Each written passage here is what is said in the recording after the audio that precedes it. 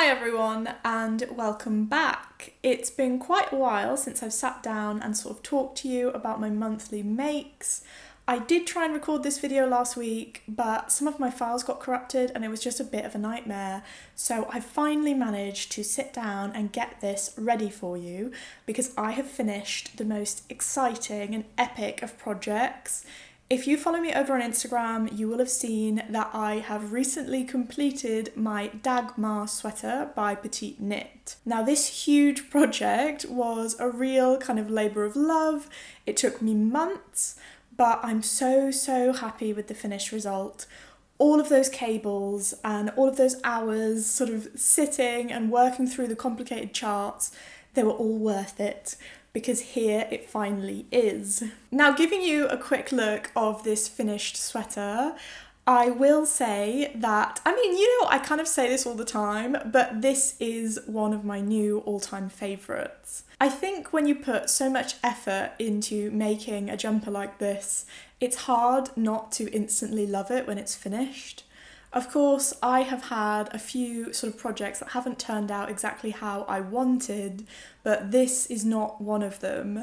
And although I made the Moby sweater, also by Petite knit, this one is just even more kind of snuggly, gorgeous, neat, and just wonderful.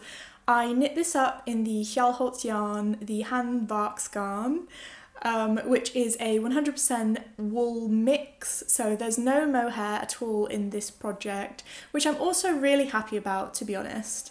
I do have the tendency to use mohair as a bit of a crutch, but it's been really nice getting my hands on a completely wool project and kind of really allowing that beautiful mix of fibres to sing. This particular mix, I believe, is Falklands merino and Gotland wool. I'll check the ball band for you and I'll show it to you here on screen, but it is just a really lovely kind of sandy beige colour. I feel like this colour goes really well with my hair. It's sort of not too similar that it looks all the same. It's just right in its shade range, a little bit more cool toned as well, which I'm also really enjoying at the moment. And of course it's still way too hot to wear this beautiful jumper here in Italy. As you can see today, I would be kind of rocking some knits, but it's still really warm. We're still kind of getting quite close to 30 degrees on a lot of days. I have had the chance to wear a jumper maybe twice so far, and we are in mid-September, so I'm really hoping it's going to cool down soon. And yeah, the Dagmar sweater is going to be a new favourite. I made this jumper because I wanted to wear it on my honeymoon, and that is going to be in November in Scotland, so I reckon that's going to be really cold. Some of you guys have written in comments telling me take waterproof clothing. I will take waterproof clothing, thank you for the warning. I have heard that Scotland is, really drizzly, so we are going to be prepared, and I will be kind of wearing all of my cozy knits. Now, for my more particular notes on the Dagmar sweater, I have written down a few things because it was not kind of without a little bit of chaos making this jumper at the end.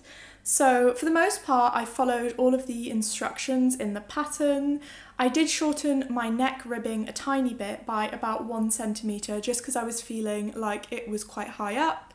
However, now that I've worn the jumper, I actually do think that that length was probably fine, but 1 centimetre didn't make too much of a difference, so I shortened it just in case. For the body, I knit to the exact length that she recommended, sort of finishing on the row that she recommends, so that was all kind of plain sailing. I found the body, despite the complex cabling, actually quite easy and kind of addictive to knit. Obviously it took a very long time. This is a more advanced kind of project. It isn't too crazy advanced. I think that once you have practiced the techniques a few times, you can actually really get into the flow. And it is really wonderful, kind of the squishy texture that these cables produce. Last time I updated you on this, I think I had just started here, but I was determined to get this jumper done for this next video, which is also another part of the reason why it's slightly delayed. And when I got down to the bottom rib, it just took forever. I'm not always a fan of working rib. I find it quite laborious and quite boring, especially after all of that lovely kind of cabled goodness. And then I finished it off with 2 lines where you slip stitches, so that just gives the bottom of the jumper a little bit of extra stability. I've seen this in a few other petite knit patterns and I do like it as a finish. I do find though that it doesn't work on the neck for me. I make it too tight, it's like a noose, it's awful. But for the bottom it's good and it adds stability and everything looks very, very clean. So knit the rib according to the instructions as well, it was looking great. And then I get started on the sleeves. Now the sleeves, again, very sort of smooth, plain sailing, but I finished the first sleeve and I move on to the second and I only had what looked like a very small amount of yarn left. I kind of got down to about here and I quickly realised, oh no, I am in trouble. And this yarn is one that I got while I was on holiday in Denmark. There was no way I was going to be able to match kind of the right dye lot. I got it ages ago. It was going to be a serious problem. So I knit all the way down. I started collecting kind of odd scraps and weaving in all my ends so that I could kind of put together little end bits to make my final ball longer, but I still didn't have enough. And then I madly searched around my house for the gauge swatch, which I unravelled and I steamed. Yeah, it was getting pretty desperate. So I steamed my gauge swatch and then again, like, you know, just spit joined all of these pieces of yarn together. It was all very like Frankenstein yarn ball.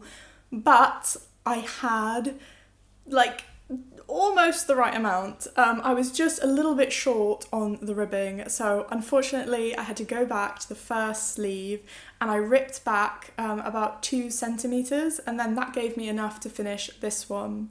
So that means that my finished cuffs in rib are 5 centimeters instead of 7.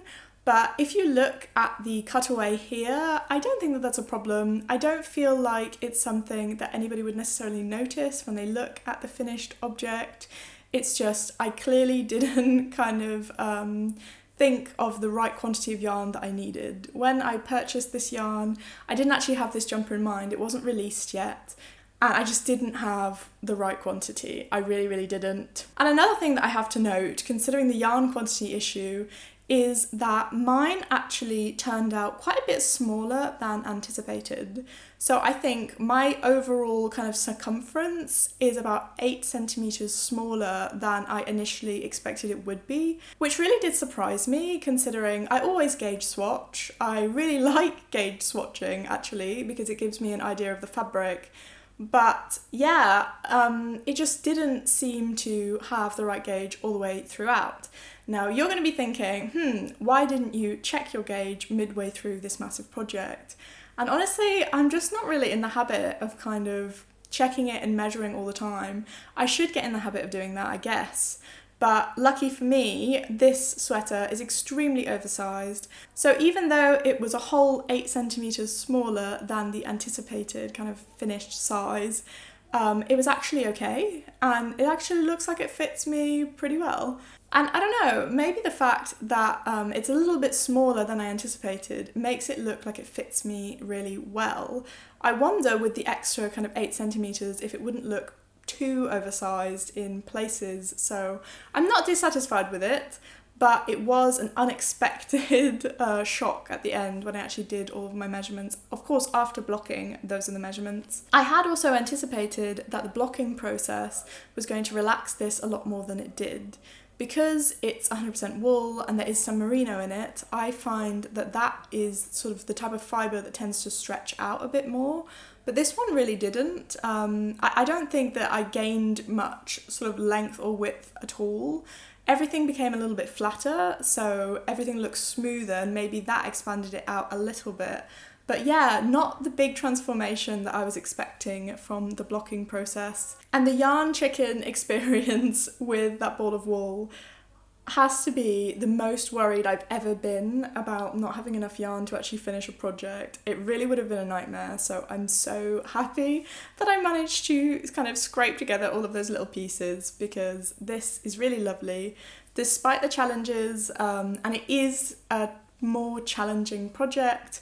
It's just really beautiful. It's exceeded my expectations and I'm so excited to wear it when we're in Scotland. In particular, I kind of envision wearing this maybe to go into a cosy pub and to have a few pints. I think that it looks really nice with your hair down or with your hair up, because that really accentuates that lovely high ribbed neck. And I already knew that I was a big fan of classic cabled jumpers, having made the Moby sweater and a couple of other cabled bits. But this has me really, really hooked on sort of textured and cabled knits again. I haven't got any colourwork plans yet, or I won't have any probably until Christmas, because I do have a sneaky Christmas jumper idea. But I think I really want to now make kind of a few lighter bits for the kind of transitional period, because it is still very hot here. But then just focus again on loads and loads of texture and squish, and jumpers that feel a little bit more unique, and they show off kind of the range of my skills, because now I feel like I'm becoming a little bit more of an intermediate to advanced knitter, which is such a cool feeling after sort of practicing this craft for so many years. It is amazing to be able to actually look at most patterns and tell myself, yeah, I could make that. Like, I'm not intimidated by these techniques. Apart from steeking, maybe. Steeking is one that I have yet to kind of tackle head on, and I am intimidated by that. That just looks super scary. The idea of cutting up your knits. No, but maybe one day I will get to that. But for now, just let me enjoy the feeling of accomplishment of this massive, massive project. Because I was so focused on making this Dagmar sweater, I have not got sort of much else finished to actually show you, but I do have plans and one other very, very tiny finished piece that I self-drafted. This again is for our honeymoon and with cold weather in mind, and this is a very simple kind of 1x1 ribbed beanie. I decided to make this because I had a couple of balls of this lovely cream colour of Drops Air in my stash. Drops Air is a fabulous little yarn. If you've used it before, you will know the joys of it. It does have the tendency to stretch because its composition is primarily alpaca, I think with a little bit of wool and a little bit of polyamide, so it does tend to kind of stretch out with wash and wear. So to counter that, I made my little beanie on 3.5mm needles. Now that is quite unusual for this Drops Air yarn, because I think this is usually knit up on maybe like 4.5 or 5mm needle. So this is definitely something that has a lot more squish and kind of thickness, but that's exactly what I wanted. Above all, when I was making this hat, I wanted something that would just be super, super warm and cozy. I love the idea of it being white because it's like a bridal kind of beanie. And yeah, I'm just really happy with the way that it turned out. It was exactly what I hoped for. And I folded the brim of this double. So I knit the beanie really quite long, just so that I had that extra length to create that double fold. If I unravel it, you can see, yeah, that's pretty long. And then you just fold it and fold it again, and you get a super, super thick brim. I've seen a lot of people make variations of a beanie like this, but none exactly like this, so I may write up a pattern for it. However, because it's so simple, I'm thinking about pairing it with a cute little pattern for mittens, maybe again with a double thick cuff. I think that that could be really cute as a matching set, and it's something that I know I would get tons of use out of. I have ordered the yarn to start on these super thick mittens. However, as you can see here, this yarn is not the right colour. And yes, my original beanie is knit in stash yarn, so it may be just that the dye lot is a lot darker, but I'm now starting to wonder if I actually ordered the wrong colour altogether. So I might take this to my local yarn shop and see if they have something that looks a little bit closer in their stash of Drops Air, because yeah, my new balls look really, really white and my beanie is much more of sort of a yellowy off-white cream. And it would be a shame if they didn't match kind of 100%. Now, I reckon with wear, if I made a pair of mittens in this white, they would probably actually discolour over time, because as you touch everything, you know, white is not the most practical colour, I know, for mittens. But maybe that would actually balance it out with this one. I don't know. So yeah, that is my other finished object, a simple, extra thick white beanie. I will model it for you here so you can see what I mean about that super thick and cozy brim. I made the top quite fitted to my head, as I didn't want a sort of slouchy effect. I wanted the brim to really be the star of this hat. Of course, I'm always looking for names for my little designs, and if you have one to suggest, do let me know. I particularly like women's names for my patterns, so yeah, you guys helped me name my last little bag, the Sophia bag, so if you have any suggestions, drop them down below. Now I've yapped at you about my 2 finished objects, I'm going to move on to more Honeymoon knits, but this time a work in progress. And this is the Dew Sweater Light by November Knits. I chatted about this pattern in one of my last videos and I have been really eager to cast it on.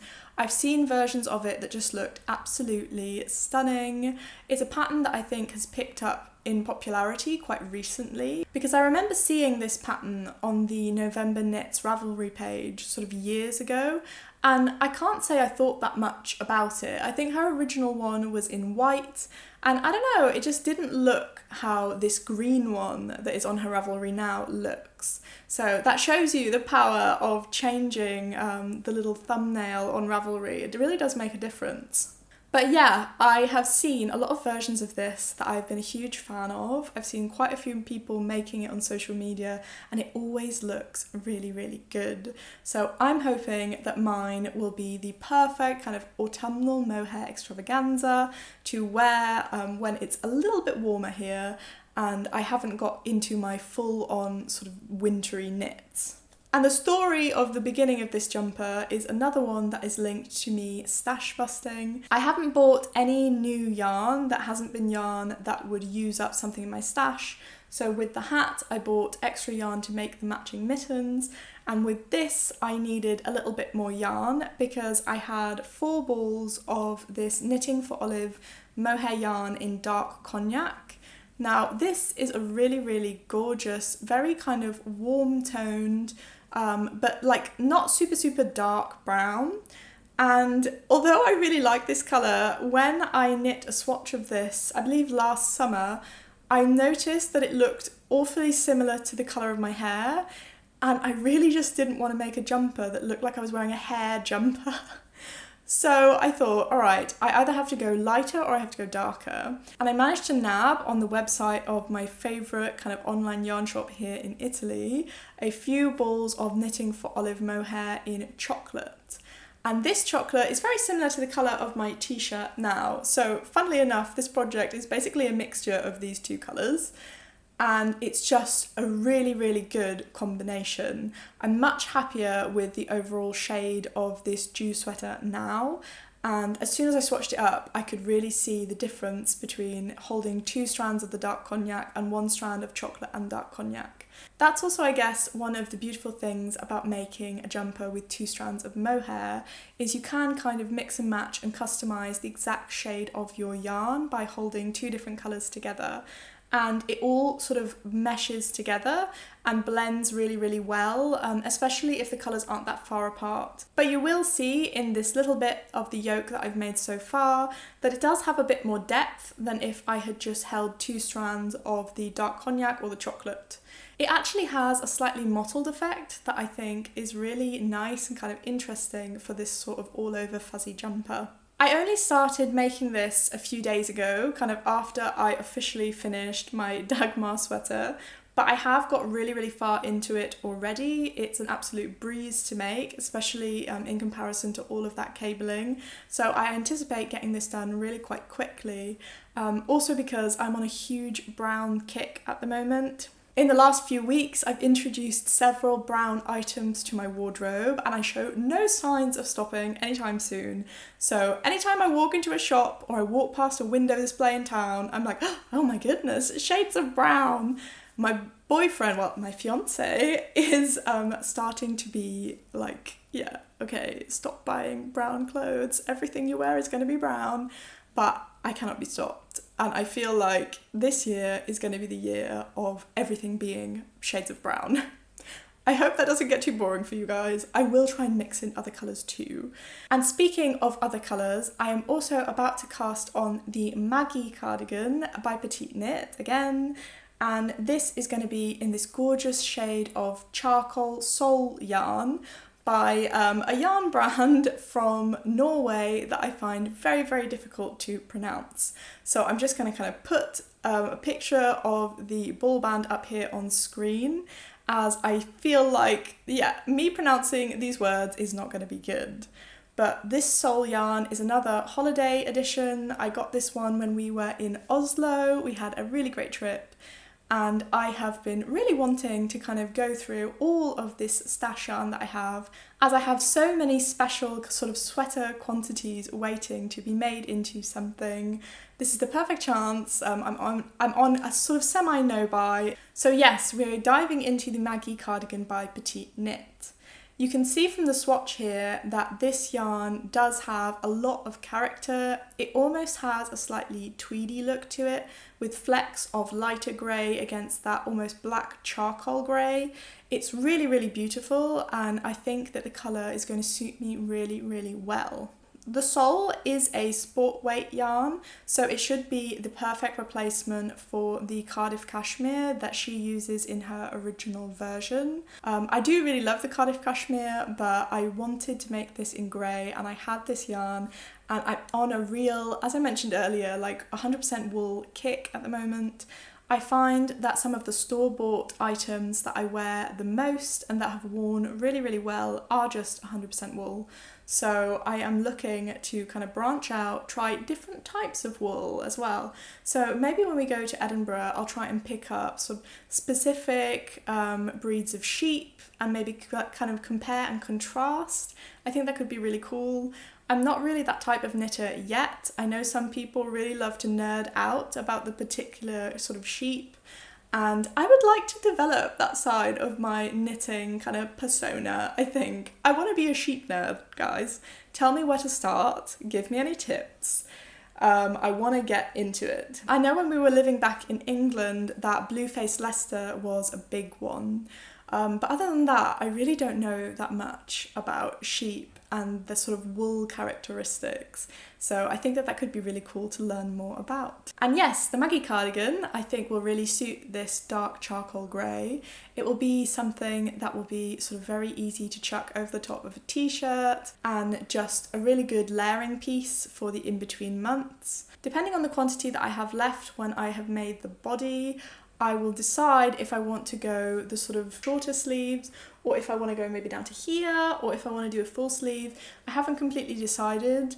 I've seen versions of all of these sleeve lengths on Ravelry, and they all look absolutely fabulous. It's just sort of a matter of me thinking about what's the most practical and what is going to get the most wear, because shorter kind of jumpers, I really, really like the idea of them, but I find I often don't know what to pair them with, because it's either too warm to wear a jumper, like it is at the moment, or it's too cold not to have full sleeves. But we shall see. I do really love that kind of reduced sleeve length. It's like this top, really, isn't it? It is very, very cute. So I might go for that, and, you know, practicality be damned. I don't know. You will have to wait and find out. Now, I'm so sorry that this one took so long to get out to you. However, I hope that it was worth the wait. I feel like I have just been, yammering on about all of my projects, but I'm really into the kind of nitty-gritty at the moment. I'm trying to keep more detailed notes, and I hope that you enjoyed nerding out with me. Again, drop any sheep breeds down below. We are full into the research on that. I am really, really looking forward to getting into that. My next update will be with you much sooner, I hope, than this one, but I want to thank you all for watching, and I will see you again very soon. Happy knitting. Bye.